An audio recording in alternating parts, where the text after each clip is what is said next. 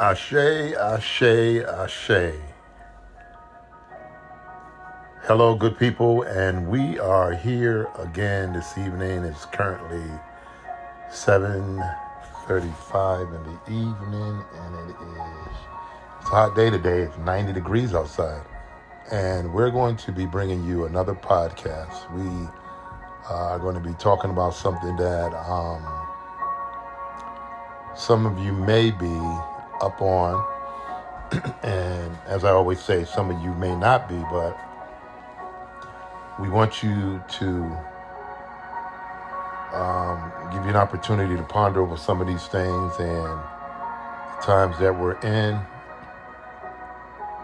And the last podcast we did, we were talking about the 666. And I excuse me, I also mentioned while we were on that you guys, of course, should do your own research. You know, even with what you're receiving, you can do a follow-up and check and see whether or not this lines up with, how you're balanced and the energy that you're flowing from and so forth, because it's important that you know that. Now, I can tell you this. I had when doing the research in this gentleman, this scholar, that was actually an older reel or an older recording. And so sometimes what happens is, even though you're a scholar, you may miss some things. You may be operating from, a mindset where, or you may be operating from energy where you may be getting one piece of it, but you're not getting the other piece. Because I was actually, to be honest with you, I was actually a little disappointed with that information, because I felt like that, and this is not to put anyone down, but with the scholars that we have today, and you have a lot of young people who are elucidating knowledge these days, who are bringing forth some real profound information and some real profound studies, because they've done the research, and I want to give them their kudos. They've done their research, and they're bringing information to you from a whole nother a whole nother vibe, a whole nother level, a whole nother fierce and a whole nother realm. And this information, of course, is, I think it's pertinent. I think that it's relevant. And it brings clarity to a lot of different things. And I can give you some examples, because in the Christian world, we say rapture. Well, when I say we, those who espouse to Christianity and so forth, they use the terms rapture because they believe that through their belief and their service and what they're doing, that there's going to be a rapture that that's going to take place. Now, someone, and I've said this before, someone may look at it differently, but it's not that they don't believe what you believe. They just may see it coming from a different angle. And so I have said many times, and you've heard me say this in other podcasts, that I believe that ships are coming. See, and so this is why it's so important to get proper interpretation. It's critical that we get proper interpretation so that we can disseminate knowledge and information correctly. Now, you may say, "Oh man, he's off or she's off," or on what they espouse to or what they believe. But the same Bible that you read, it talks about. I'll give you an example. An example would be, it says Ezekiel saw a wheel in the middle of a wheel.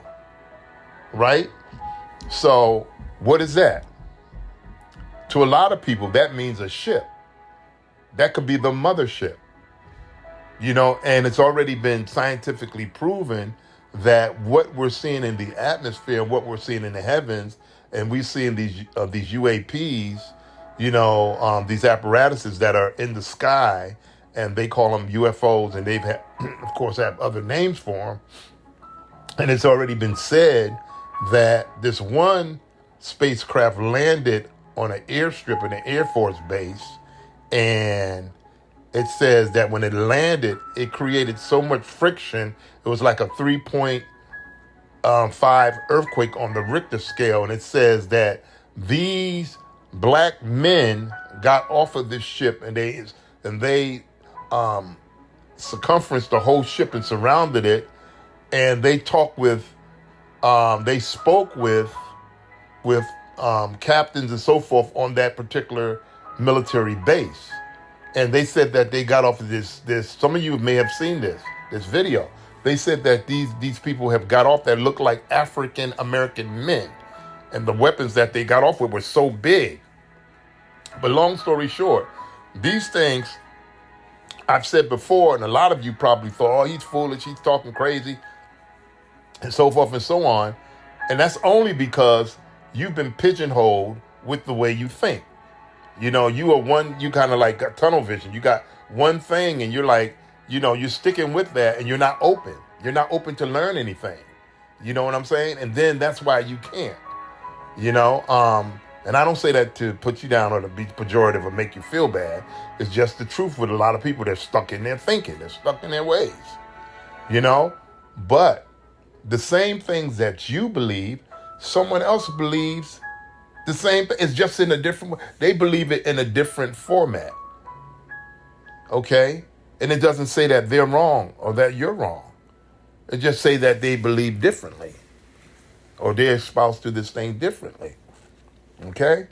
And so you have to get the right understanding and interpretation of something before you totally dismiss it and say, oh, no, that's not right. That's not right,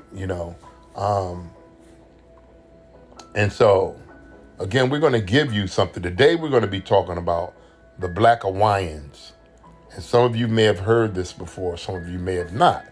And then we're going to, excuse me, if we have time, we're going to give you some backdrop information as to why these particular fires that had just happened recently in Hawaii and Maui, and how these fires burnt up all of this property. Why was it when these particular areas were not near any wooded areas? This was a city, okay? And we're going to be talking a little bit about that. So, again, this is Seth Moore coming to you here today, this evening on Anchor by Spotify. Coming to you by way of Spreaker, iHeartRadio, Amazon.com, Podbean, and many, many other host sites. We are here, and we're going to be sharing this with you. So stay with us, and we are going to be right back in a moment. Remember that we're always listening to Scott Buckley, the uncopyrighted music that we use here on this medium. So stay there.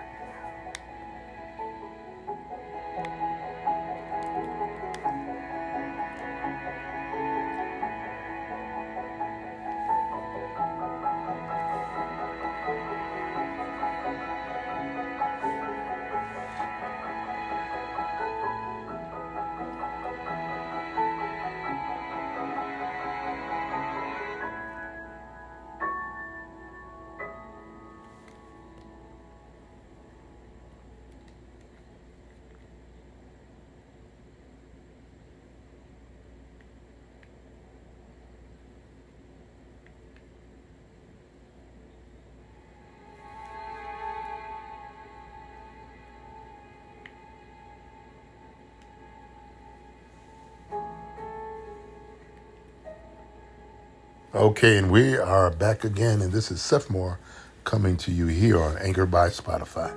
So we're going to begin in a moment, and we're going to be sharing this information with you. Okay, and as I said, if we have time within the segment, we will give you some more information as to what is going on in this particular area. Okay, so we're going to begin. It says here that white Southerners who settled the Hawaiian Islands during the 19th century had a song about the native people which ran, and it says here, and I quote, it says, "You may call them Hawaiians, but they look like niggas to me." Isn't that something? Setting aside their bigotry, the Southern settlers hit upon a fact which is studiously ignored by modern anthropologists and historians. The natives of Hawaii, America's 50th state, were black people whose ancestral roots extend back to the continent of Africa. The story of the Black Hawaiians is one of the most tragic of modern times. It is a tale of adventure and gaiety and paradise that turned into a cultural nightmare, and it is America's best kept secret.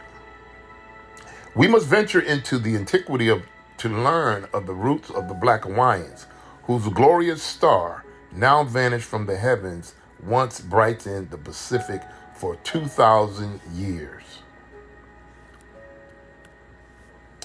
Most anthropologists and paleontologists and archaeologists around the world generally believe that human beings evolved on the continent of Africa from 3 to 5 million years ago, and that they eventually spread from Africa into Europe, Asia, the Pacific Islands, and finally the Americas.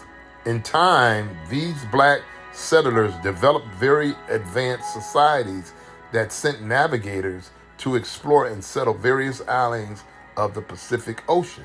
They reached such places as New Guinea, Fiji, New Hebrides, New Zealand, the Saudi Islands, Tahiti, Easter Island, and thousands more. The first people to reach what's now Hawaii were blacks from Polynesia, a name which means many islands. In the Central Pacific, they sailed to Hawaii in giant canoes about 2,000 years ago. The Hawaiians and their neighbors in the Pacific have long been the subject of controversy among scientists. The people in this part of the world are generally divided into three groups. Melanesians, the word means black islands. And also Melanesian, you get the word Melanesian from melanin, okay? Black islands, who are unmixed black people. Micronesians, which means small islands. And ancient black people who are now largely mixed with Asians. And Polynesians, a people who were also originally black but have mixed historically with Asians, Mongoloids, and white Europeans. So let me just pause for a moment there. That's why when you look at Hawaii today, and I mentioned this in another podcast when we were talking about amalgamation, acculturation, and assimilation. Okay, because as was mentioned, you have deeply rooted acculturation that's going on around the planet to basically wipe out the indigenous cultures on the planet. Everybody wants to claim who we are, from the Indians to the Kemites to the, as I'm reading now, the Hawaiians to the, we are the first people, the first star people who came from the stars to Earth, who created all of these high societies. See, because a lot of you are not aware of that not only do we inhabit the planet Earth, but we also inhabit other star systems in the galaxies. That's why we are star people. We came from heaven to earth. That's why it talks about in Comedian theology, as above, so below. Okay? And so you have this peopling around the globe that acculturates. Everybody wants to acculturate our culture. And why do they want to do that? Because a lot of these people don't have none of their own. So they want to claim. That's why there's this big fight with people who are in Egypt saying that, oh, we're the ancient Egyptians. The Kemites didn't even call themselves Egyptians. Okay, number one, Egyptian or Egypt or Egyptos is a Greek word. So the Kemites did not espouse to calling themselves Egyptians. So if they didn't espouse to calling themselves Egyptians, then how could people that call themselves Egyptians claim something that they didn't even call themselves? So this is the irony of all of this stuff. And so this is why I say that we have to do our due diligence to follow the path of truth. Okay, if we're going to get back. Okay, so it says Black Roots, a puzzle. So now the black people themselves are an ethnological puzzle. Many, like the Tasmanians, who were exterminated by English settlers, were pure black. The Australian Aborigines, which a lot of you are familiar with, were also very dark with African features and curly hair. Now, we know that the Aboriginals are so cultured that a lot of them have blonde hair and blue eyes. And it's natural blonde hair. So it's not this, see, because when you're the first people on the planet, everything else comes from you. So there isn't anything that can where it said that black people or indigenous people, I should use the term, can have blue eyes or blonde hair because we're the first, or red hair. We've had all this before anybody else because, of course, we're the first ones to inhabit the geographical landscape of the planet. Okay? The basic strand of the original Hawaiians, as seen in their color and their faces, writes historian J.A. Rogers in Sex and Race, Negro Caucasians mixing in all ages and all lands, was undoubtedly Negro with an admixture of Mongolian. These people were of black and brown complexions, with wavy, close curled hair, broad facial features, and fine physiques. In short, they had the same physical characteristics as millions of other people who now live in the Pacific Islands. And so that's why when you go to like Fiji, Tahiti, you're going to see dark people. You're going to see dark people. According to the early legend, these early settlers named their new home Hawaiians in honor of a chief named Awahiloa, who is said to have led the Polynesians to the islands, but the name Hawaii is also recognized as a form of Hawaikiki. Hawaiki, the legendary name of the Polynesian homeland and to the west. The ancient land of Hawaii was much like an African society. It was a series of islands ruled by strong-willed chiefs or kings who believed that they had descended from gods, like the pharaohs. No written records of the islands were maintained, so a court genealogist, similar to the African griots, recited names, family exploits, battles, and past glories of a proud people and their royal leaders. Hawaiians' life revolved around religious ceremonies. The Heiau stone platforms, generally enclosed by stone walls, served the Hawaiians as temples. Inside these centers of worship were a number of objects for ceremonial use and various rituals. They were used on numerous occasions for the Hawaiians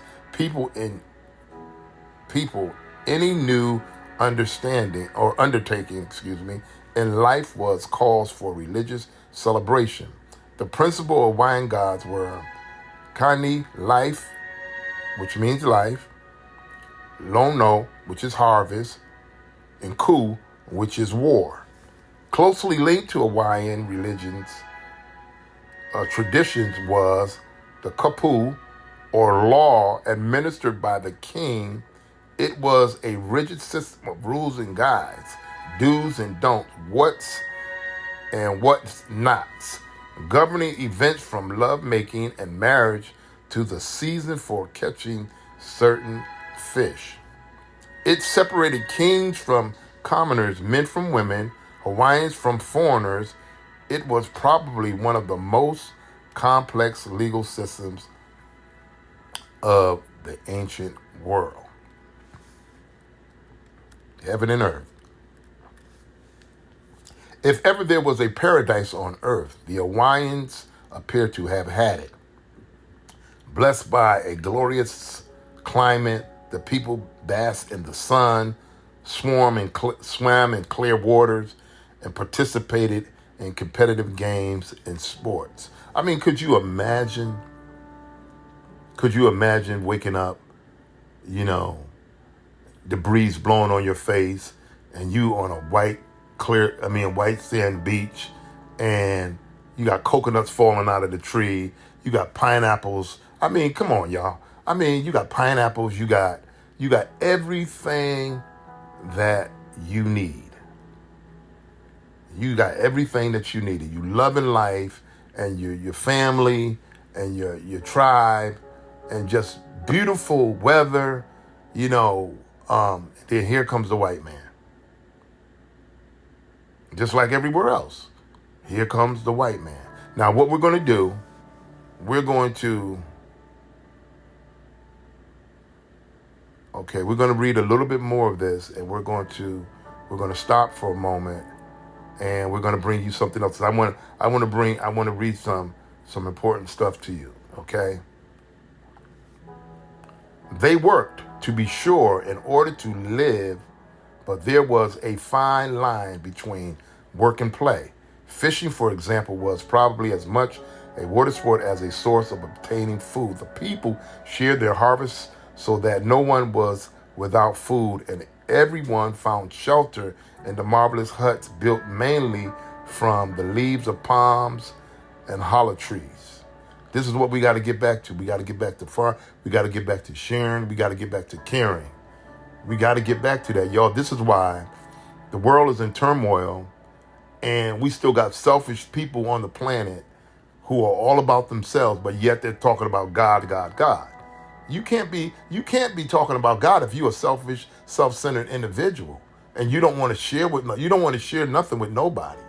How are you even coming out of your mouth talking about God this and God that and Jesus this and Jesus that, or Allah this or Allah that, or whoever you espousing to, but yet you stingy, you only care about you and yours and no more. But you talk, come on, really, y'all? And then we look around the country, not even the world, because Africa, one thing I'll say about Africa, and I'm not saying that there are not none of us that are not communal and that are not doing anything, because obviously there are. There are, but there's just not enough of us. There's just not enough of us. And how why don't we have associations in our communities? Why don't we have coalitions in our community that where we can come together and build? Because we've been taught not to trust one another. And for good reasons. Because look at how some of us act. For good reasons. And so we can't even put our resources together to build because we don't trust one another. But Africa, I think they're getting it. They're coming together like never before. And if you have been keeping up with what's going on, the African nations are coming together and their people are coming together and they're really starting to build it. And of course, you have some from the diaspora who are going to certain parts of the continent and they're beginning to build businesses and they're beginning to build with their brothers and sisters there for good reasons. But we have to set the example here. And the reason why we have so many atrocities in our neighborhoods is because we don't corral and we don't stick together because we are only concerned with what's going on around us. I'm going to pause for a moment and we're going to come back. Okay, stay with us. It's 7 More coming to you again here on Anchor, my Spotify. Don't go anywhere. We'll be right back.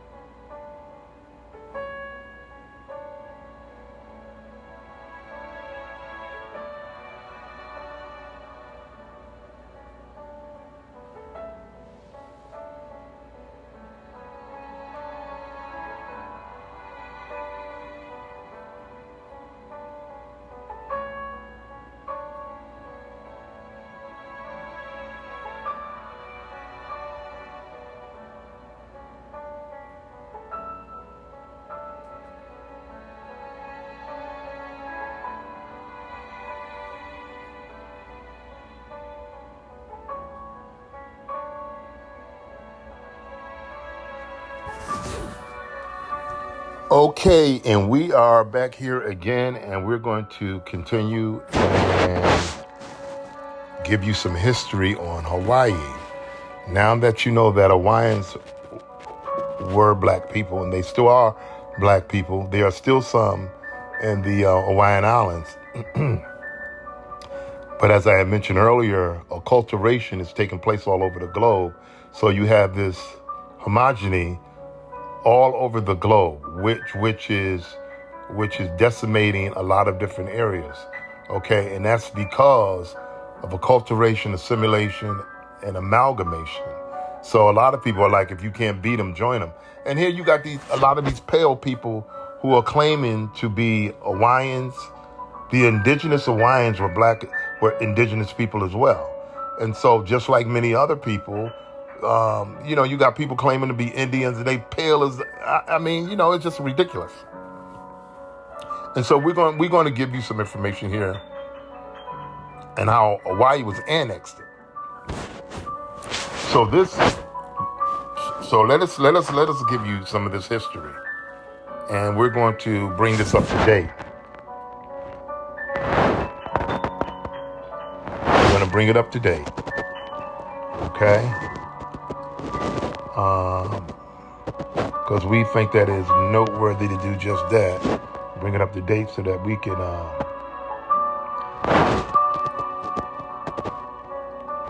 you can have this understanding. Okay, so this actually happened in 1897, a petition against the annexation of Hawaii. When the Hawaiian Islands were formally annexed by the United States in 1898, the event marked the end of a lengthy internal struggle between Native Hawaiians and now Native American businessmen for control of the Hawaiian government. The previous year, an annexation treaty was blocked when the newly formed Hawaiian Patriotic League, composed of a Native Hawaiians, successfully petitioned the U.S. government to oppose it. Now, I'm gonna briefly give you a brief synopsis of what happened. Okay, now when the white settlers came to the islands, like a lot of other places that they come to, obviously the Hawaiians were friendly, and you can stay here, but we have a constitution in place. We have a government already in place. You got to abide by our rules. You got to abide by our treaties, so forth and so on. And of course, you know that they don't abide by nothing. Because anytime that man comes to an island or to a land, you know why he's coming. He ain't coming to make friends. He's the greatest pretender in the world. Okay? He see what you have. He see how lush the land is. He see what the land produces. And before long, you already know what's going to happen. Okay, so now,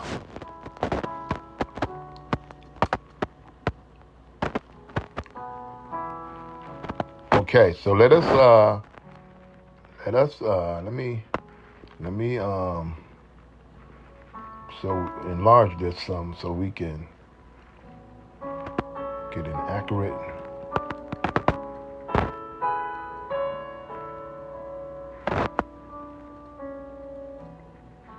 Okay, let me do this.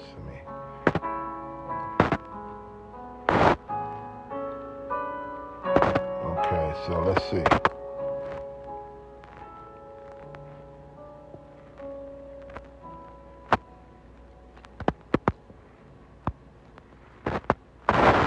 Okay, so I'm not gonna pala. I'm not gonna Hopi. I'm not gonna read that treaty to you because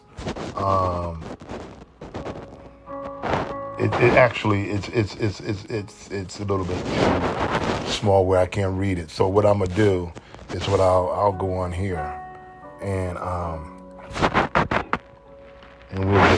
we'll just give you some additional background. Okay, for centuries, the islands of Hawaii were ruled by warring factions. In 1810, King Kamehameha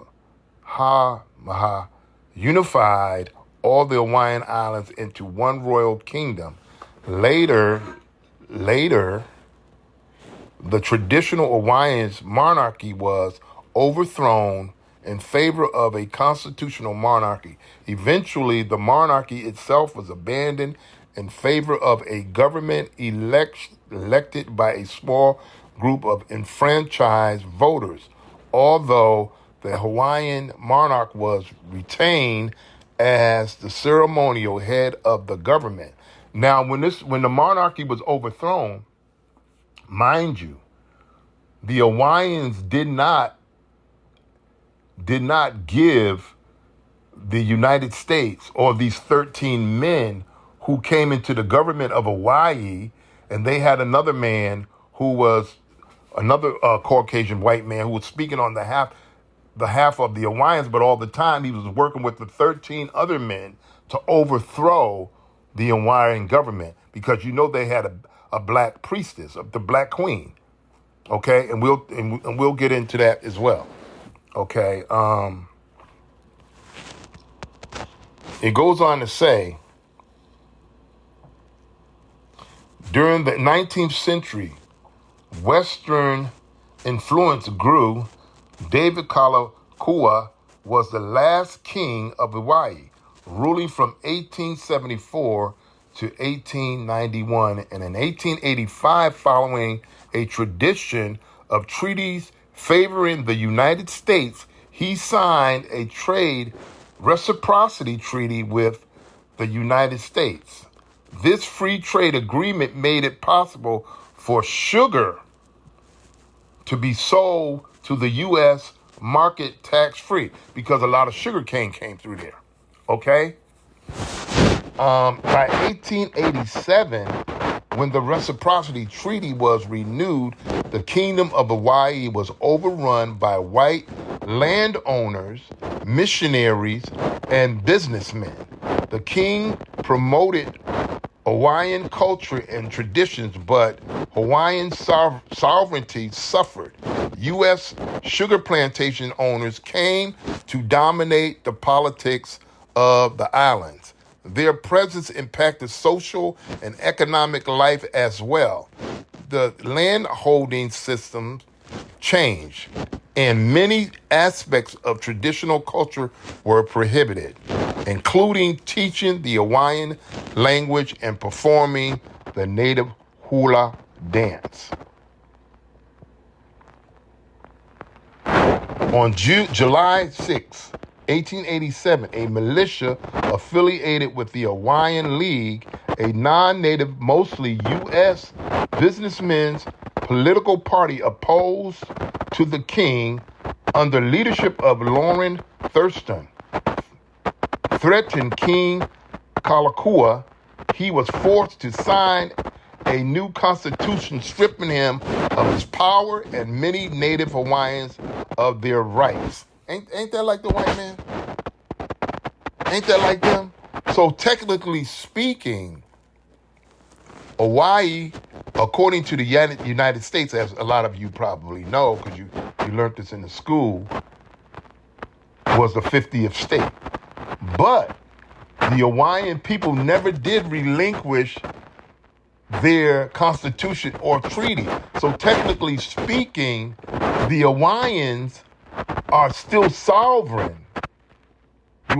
Okay, my apologies. It seems as though when we're doing a podcast, something will go wrong, something will happen. There will be interruptions. So as we were saying, we're going to move right on. And where I left off at, on July 16, or July 6 rather, 1887, a militia affiliated with the Hawaiian League, a non-native, mostly U.S. businessmen's political party opposed to the king, under the leadership of Lawrence Thurston, threatened King Kalakaua. He was forced to sign a new constitution. He was forced to sign a new constitution, stripping him of his power and many native Hawaiians of their rights. It also replaced the cabinet with non-native politicians and businessmen. The new constitution came to be known as the Baronet Constitution. Now think about that, y'all. The Baronet Constitution. So you can figure out how many Hawaiians that they slaughtered. Believe me, the Baranet Constitution, because Kalalua signed it under duress. He signed it under duress. It wasn't consensual signing. He was forced. And they call it the Baranet Constitution. And he probably had a baronet at his throat or his head. You understand what I'm saying? So this is what happened. When King Kalalua died in 1891, his sister Lil Kalalani succeeded him, though she introduced a new constitution that would restore her power and Hawaiian rights. She would be Hawaiian's last monarch. Her move was countered by the Committee of Safety, a group of non-native U.S. businessmen and politicians with sugar interests, led by Sanford Dole. Now, y'all know of Dole, Pineapple Dole and all that. Sanford Dole, they had monetary reasons for doing so. They feared that the United States would establish a tariff on sugar imports, endangering their profits, and wanted to protect Hawaiians' free trade status. The United States was the major importer of Hawaiian agriculture products. And that's when Dole was created, y'all. Where you get the pineapples and the fruit and all that stuff in the can and all the pineapple. They came in and gangstered these people like they do everywhere they go. They'll do it at the gun. We're going to take your stuff. And if you don't give it to us, we're going to kill you. We're going to just take it. And so this is why, now think about this. Think about this for a moment. This is why you see all of these things going on around the world. Because what goes around comes around. Now, we know that recently, all of these fires in Maui, and if you looked at this on social media, or if you looked at it on the news or where have you, you've seen all of these white people fleeing for their lives. You ain't never seen white people get out of a place so fast because these fires were spreading so fast. And and right now to date, there have been over 100 and something people killed. There are thousands that are missing that they haven't found yet. And so we have to look at what is going on and what the Creator is really doing, because you can have the intent on doing something thinking that you outsmarting the Creator, but the Creator will let you do it because He has another agenda. He has a plan and what He's allowing you to do. So right now, there's a whole lot of speculation. And it's funny that you have Oprah Winfrey, Julia Roberts, Bill Gates, Will Smith, and you have a lot of celebrities' properties that was right near these fires. Now think about this. But their properties were not burnt down. Okay? And mind you, these fires did not occur near a wooded area. These were cities that were burnt to the ground. Big, tall buildings. When you look at the footage, you have cars in the street that are totally torched. Torched to, like they've been in a war. And there is allegedly speculation that these fires were purposely started because as of today, and to date, a lot of business people have been contacting Hawaiian people for them to sell their land, for them to sell their property. So why is that? Why is that? Oh, it sounds something stinks, doesn't it? Yes, it does. Something stinks to high heaven. And we're going to be reading you a little bit of that as well. So let us move on.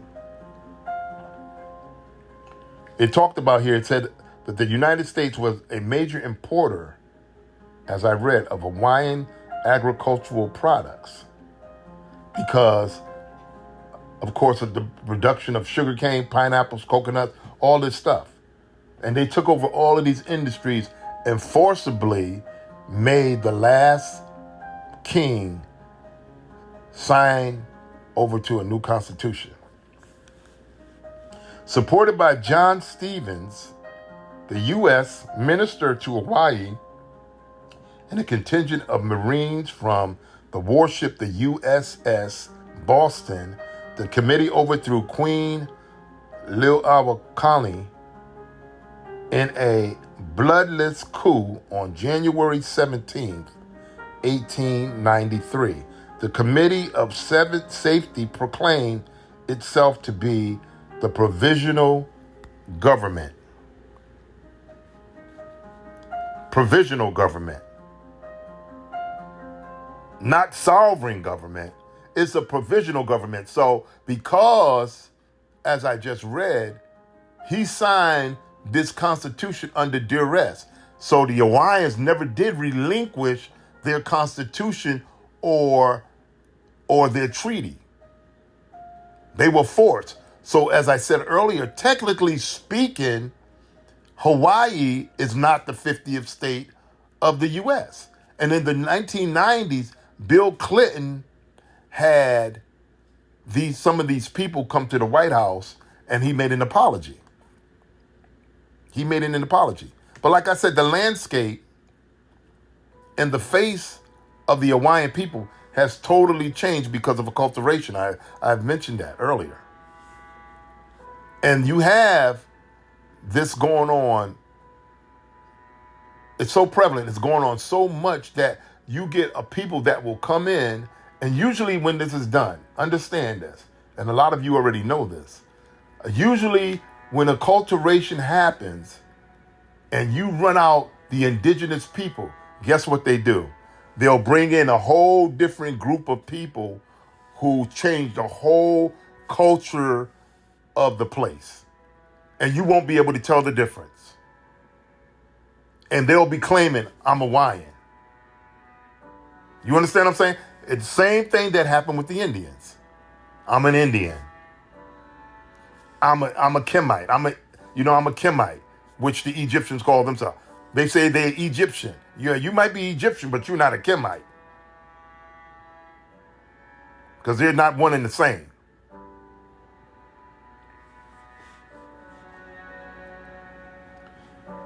Listen up. So they overthrew the queen, right? In a bloodless coup on January 17, 1893. The Committee of Safety proclaimed itself to be the provisional government, as I just read. Without permission from the U.S. State Department, Minister Stevens recognized the new government and proclaimed Hawaii a U.S. protectorate. Protectorate. And what does that mean? We're going to protect something that's not ours. President Benjamin Harrison signed a treaty, listen, of annexation with the new government before the Senate could ratify it. That's total theft, y'all. He signed a document before the Senate could even ratify it. In other words, this land is ours. We stole it. Grover Cleveland replaced Harrison as president and subsequently withdrew the treaty. Dole sent a delegation to Washington in 1894 seeking annexation. Instead, President Cleveland appointed special investigator James Blunt to look into the events in the Hawaiian Islands. The Blunt Commission found that Liliuokalani, if I'm saying that correctly, had been overthrown illegally. Listen to that. And ordered that the American flag be lowered from Hawaiian government buildings.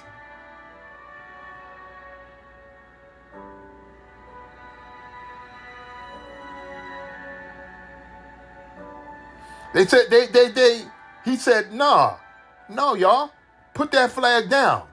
Y'all went over there and stole somebody's land.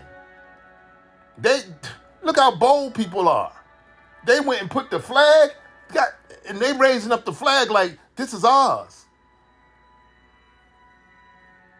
Wow.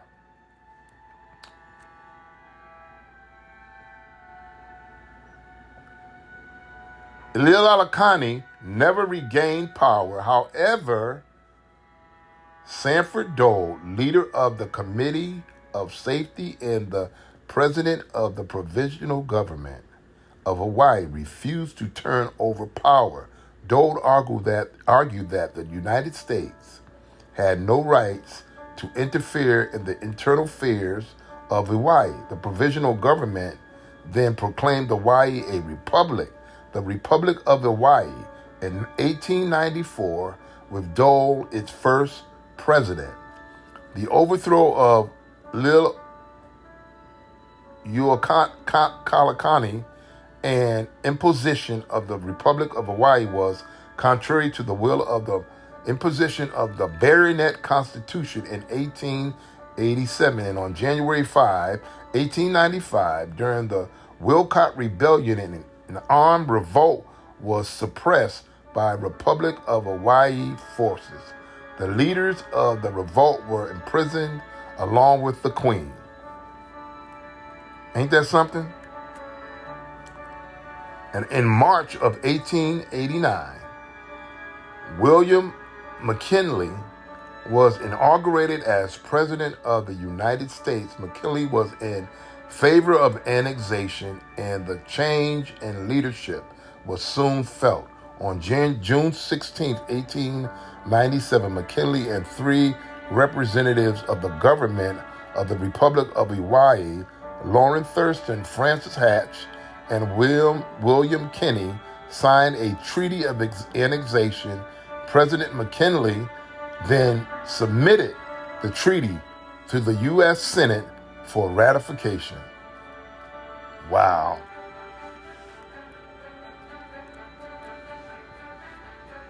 Wow.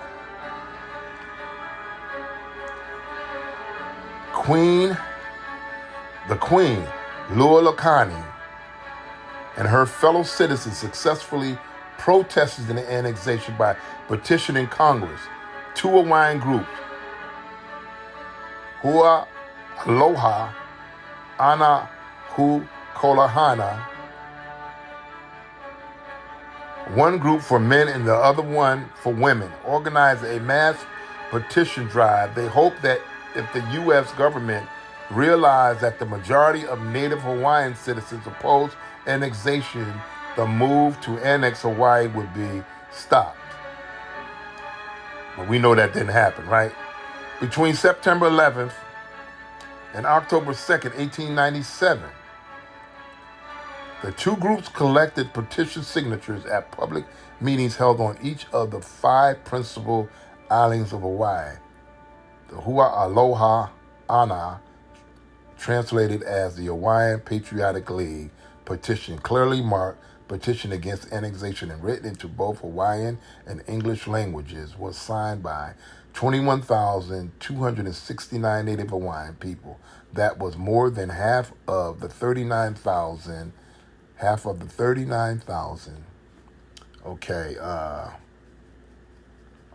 Native Hawaiians and mixed blood persons reported by the Hawaiian Commission census for the same year.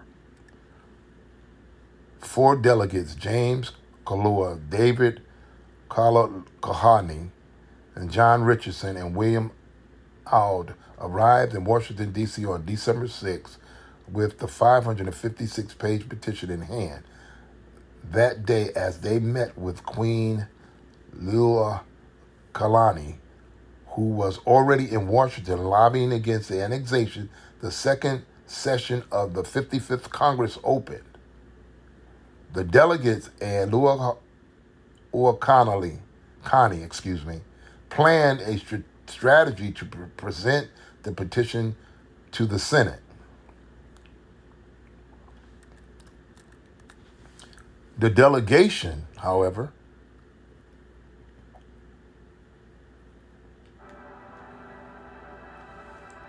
of the Queen met Senator George Hoare, chairman of the Senate Committee on Foreign Relations, on the following day. And on December 9, with the delegates present, Senator Hoare read the text of the petition to the Senate. It was formally accepted. The next day, the delegates met with Secretary of State John Sherman and submitted a formal statement protesting the annexation to him. And in the following days, the delegates met with many senators, voicing opposition to the annexation. By the time the delegates left Washington on February 27, 1898, there were only 46 senators willing to vote for annexation. The treaty was defeated in the Senate. It was defeated in the Senate. So you have people who can come take your stuff, and then when you petition for the rights of your property and land back, they said, nah, we ain't gonna give it to you. We want that. We want that. Other events, however, immediately brought the subject of annexation up again. On February 15, 1898, the U.S. battleship Maine was blown up in Havana Harbor in Cuba. Ensuing Spanish-American War, part of which was fought in the Philippine Islands, established by the argument that the Hawaiian Islands would be strategically valuable as a mid-Pacific fueling station and naval installation. The pro-annexation forces in Congress submitted a proposal to annex the Hawaiian Islands by joint resolution, which required only a simple majority vote in both houses. This estimated the two-third majorities needed to ratify a treaty, and by result, the necessary support was in place. House Joint Resolution 259, 55th Congress, second session, known as the Newlands Resolution, passed Congress and was signed into law by President McKinley on July 7th, 1898, The Hawaiian Islands were officially annexed by the United States. Sanford Dole became the first governor of the territory of Hawaii. In the last unsuccessful attempt to return control of her homeland to the native Hawaiians, Queen Liliuokalani sent a letter of protest to the U.S. House of Representatives. She stated that her throne had been taken illegally and that any U.S. efforts to annex Hawaii without the due process of law would be unacceptable. As a territory, Hawaii had little power in the U.S. government, holding only one non-voting representative in the House of Representatives. The territory status allowed rich white plantation owners to import cheap labor and export their products to the mainland with low tariffs. These landowners used their power to keep Hawaii in territorial status. Wow, man. Native Hawaiians and non-white Hawaiians residents, however, began to push for statehood. These residents wanted the same rights as U.S. citizens living in one of the 48 states. They wanted a voting representative in Congress and the right to elect their own governor and judges who were currently appointed. Over the course of the next 50 years, the territory of Hawaii worked to achieve statehood. The legislature sent multiple proposals to Congress, including a joint resolution requesting statehood in 1903, only to be denied. Other resolutions were similarly ignored. And in 1937, a congressional committee found that Hawaii met all qualifications for statehood and held a vote on statehood in Hawaii. Although this resulted in a vote in favor of statehood, the attack of Pearl Harbor paused all talks as the Japanese population in Hawaii came under suspicion by the U.S. government. I'm going to stop there on that. There's a little bit more, but we'll we'll visit that again. And of course, a lot of you know that that's where Pearl Harbor took place in Hawaii. And now let me say this as well, and that you know that Hawaii is the 50th state unofficially, and that right now today it's a military outpost. A lot of you may not know that, but they have it's a very strategic military outpost for the U.S. government, so that the government of the U.S. has a vantage point to be able to watch, other threats of Russia, this one, that one, and so forth and so on. And they have submarines in the water right now. They have, it's such a military outpost to the point where they've had radiation leaking in certain places where people become sick. And so there's no way that the U.S. would ever give up that land, especially not today. And so now let's bring it up to date with these current fires that just happened. Okay, let's bring it up to date.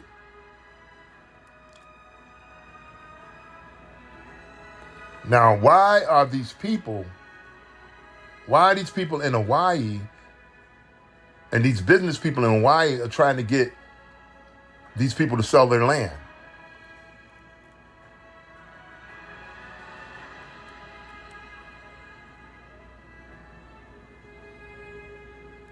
Okay, why are they trying to get these people to sell their land? And the people, obviously, the people said, no, we're not selling you our land. So what did they do? Basically, hold 1 second. If you don't sell it, we'll burn you out.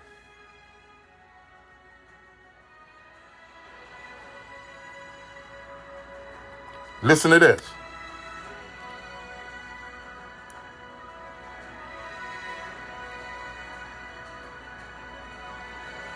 Maui residents targeted in scams to grab land after tragedy, officials say.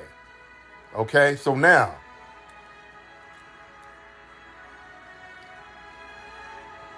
as Maui residents begin a long mourning and recovery process following deadly fires that have ravaged their neighborhoods, local officials say outsiders are attempting to take advantage of the tragedy by attempting to purchase damaged home sites from locals who have lost everything. Officials expressed concern that residents are being approached about selling residential sites by people posing as real estate agents who may have ill intent. The U.S. Attorney for Hawaii, oh man, these people are something. Claire Connors issued an advisory today warning the public to be wary of possible charity scams in the wake of the Maui wildfires. Now, as I just read earlier, y'all, why wasn't Oprah, Bill Gates, Will Smith, Julia Roberts, all of these celebrities, homes and properties right near where the fires were happening? Why didn't their properties burn down? Their stuff went untouched.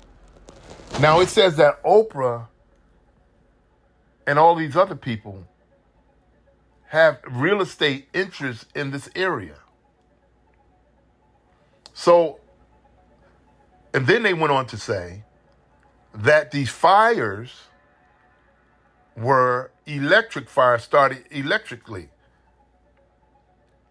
So the power plant somehow or another, there probably was some chemicals used, because as you view the fires, you see electrical poles burning. And then of course the electrical poles will catch the trees and so forth, and it will continue to burn. But these fires were so bad that they were burning up buildings and houses and apartment buildings and so forth and so on, and houses that were close in proximity to the cities and the buildings where it burnt it so bad where you had tires melting.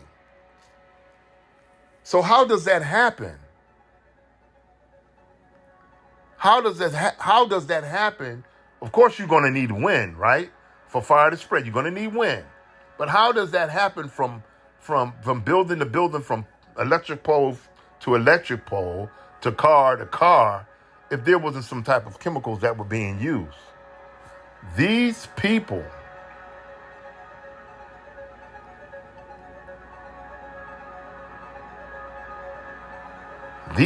I believe, were being burnt out of their properties.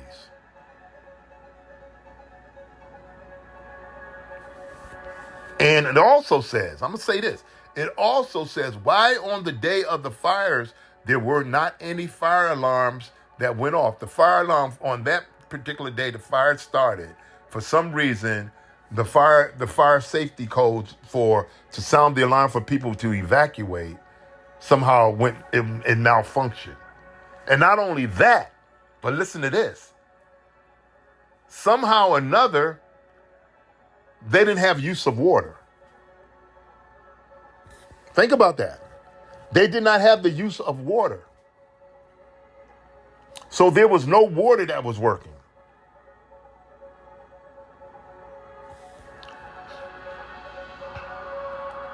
Let me read you just a bit more of this, and we're going to, wow.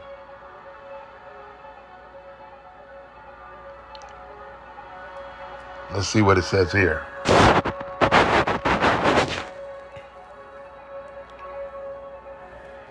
Terrible.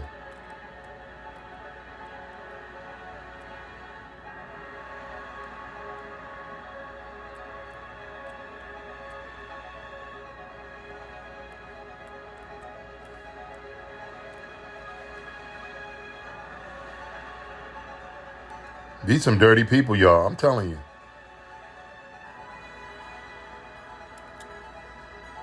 They burnt these people out.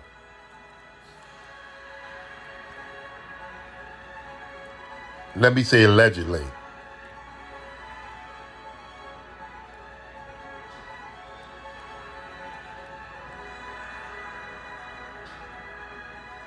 It says here, listen. Now think about this.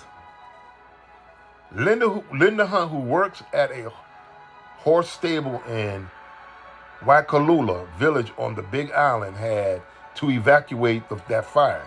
Given the abundance of dry grass on the island from drought and worsening fires, Hunt said fire agencies need to double or triple spending on fire gear and personnel. They are stretched thin. They ran out of water. Listen to that. They ran out of water on Maui and had to leave the truck. She said, money should be spent on prevention and preparedness. They ran out of water, y'all. How does that happen? How the hell does that happen? How do you run out of water? How do you run out of water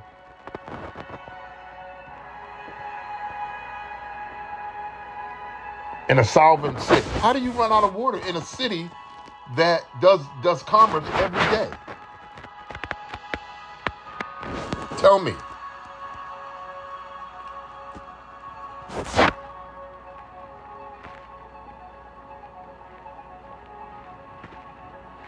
I just read to you how the indigenous Hawaiians were bamboozled and had the land stolen from them.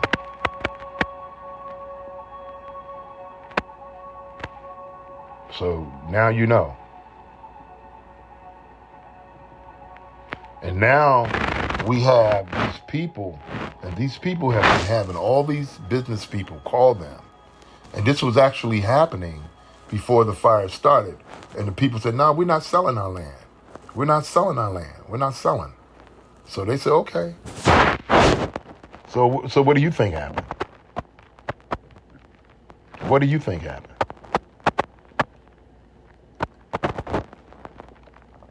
Were the wines burnt out? Maybe they were. Were they burnt out? What do you think?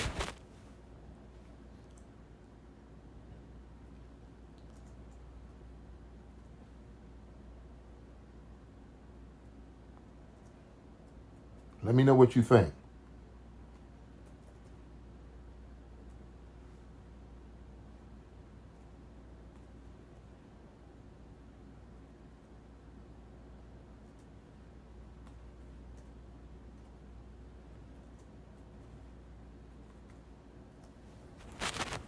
What do you think? Were they burnt out?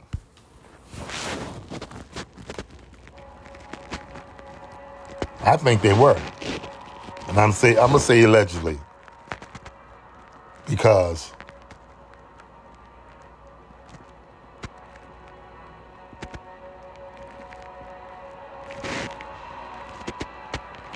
it's awfully fishy.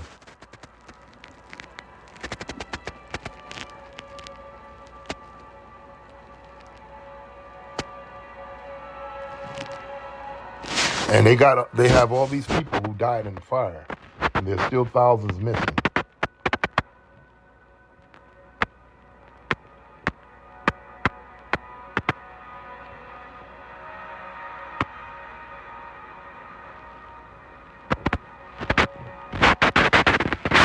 Wow, y'all.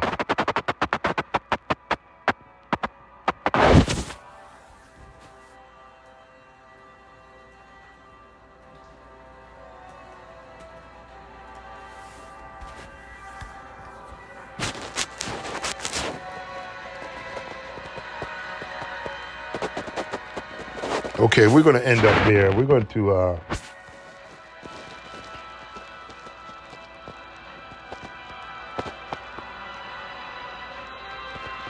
and we'll probably pick it up and give you some more on this on the next podcast.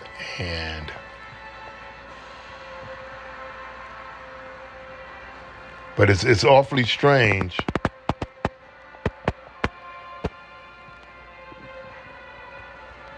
that these people did not sell their land, and that